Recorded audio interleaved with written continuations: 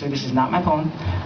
But this is a poem by a poet who also competed at nationals. His name is Jamal St. John. He's from New York, and so this is his poem.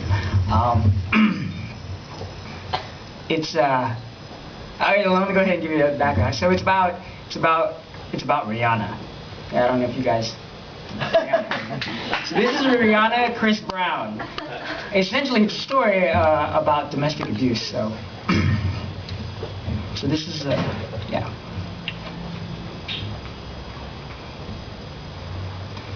Dear Rihanna, there's an ancient Chinese proverb that states the beginning of all wisdom is to call all things by their proper names. So bear this in mind before you call what he did to you love. If you know the back of his hand like the back of your head, if your face is more familiar with the coldness of the kitchen floor than the warmth of his touch, be wise enough to call it what it is. If he asks you why you do not return any of his phone calls, tell him it is because you do not negotiate with terrorists. See, we've been socialized to think that abuse is a man's business and a woman's problem, but clearly there are some things that we need to unlearn here. I was told I wasn't supposed to write this poem, but the last time love made you feel all choked up was when both of his hands were wrapped around your throat. I was told I wasn't supposed to write this poem, but the last time love... I was told I wasn't supposed to write this poem, but he swelled both your eyes shut, and then he had the nerve to ask you why you couldn't see how much he loved you.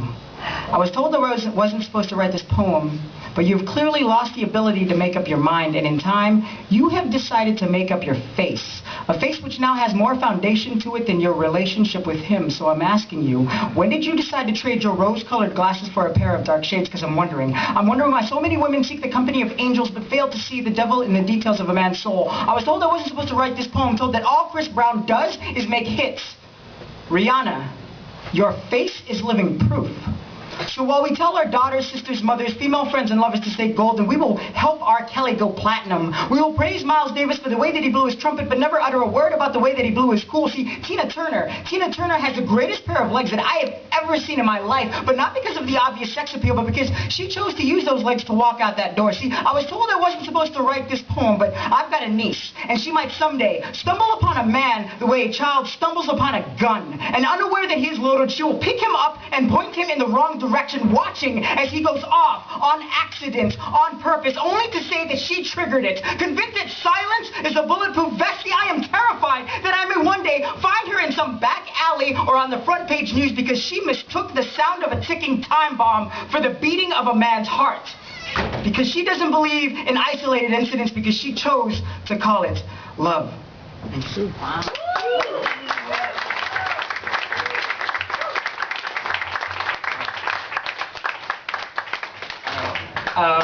Okay, so I'll do a couple more.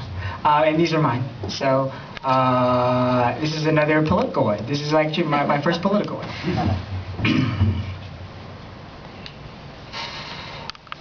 And also, one of the things I want to say is, because we've heard all the poets today, like, I think all the poets are phenomenal. So, if you do get a chance, like, after the show, like, talk to one of us and tell us what you think. Like, I think...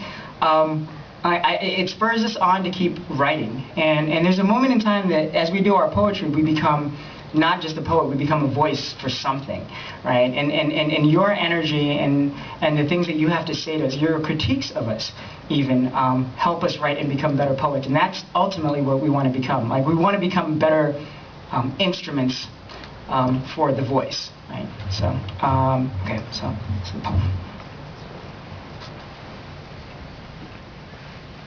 Click. We interrupt this program to bring you a special announcement. Now yes, you can be successful in life. You can have the perfect American life with 2.4 kids, a dog, and a white picket fence, as long as you're powered by Viagra, Cialis, Extends, or depends on your 90-pound desperate housewife with surgical enhancements, living in a foreclosed place that you call home, roaming around in a brakeless Toyota that moves faster than your 5-hour energy buzz, because in this commercial program, you are being programmed to act. So please, act now. Operators are standing by. By the way, side effects include increased political alienation and ideological migraines from your brain exploding as it fitness prone to streams of consciousness, flowing rhymes without reason, and intellectual wet dreams. Caution, some of you may experience what we professors call the light bulb effect, in which case, don't resist it. It's called critical thought. See, I thought that we were fully rational individuals, but we tend to reason rationality into simplistic UPS whiteboards and clips on YouTube, fusing your problems into 30-second solutions. The confusion with the media lies in a specialized form of education, a form of indoctrination, a fabrication of the social structure. These superstructures built on sand, handing out stratified syllogisms, idealisms, without political realism. See, we can't connect the schisms, so we don't have new thoughts or challenges. We have damages to the brain, a type of brain damage by Glenn Beck, or these Obermann lobotomies, illustrating dichotomies, showing polar points of view, just two bipolar virtues, polarizing ideas and buying truth, so that these truths become shells of their former self. So instead we delve more into untruth than truth, but the truth is, that's the hook. I mean, I didn't mean to get you shook, but we have socialization in marks, marking repetitious actions. These factions don't mean you to react without thought, so you begin to socialize instinctually. These voices in your head, bandaged with adages like just say no. Say no to what? If you're not with us, you're against us. Love it or leave it. It amounts to this endless prattle. And if you think you know, ask yourself exactly what you know, because knowing is half the battle. So while you're saddled with presidential candidates who want to campaign on change, maybe you need to do more than just change the channel. And now, back to our regularly scheduled program. Click.